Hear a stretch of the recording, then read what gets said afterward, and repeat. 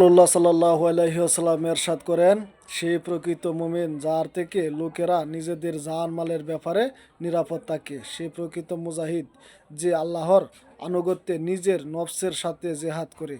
মেশকাত বাইহাকি শরীফের হাদিস।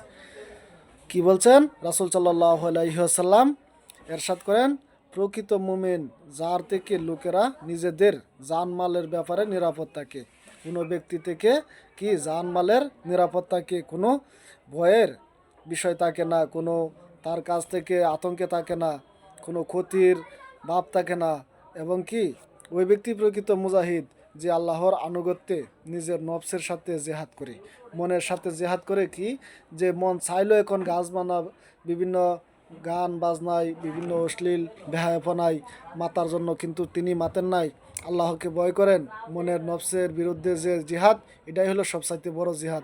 আল্লাহ তাআলা আমাদেরকে আমল করার তৌফিক দান করুন। আমিন।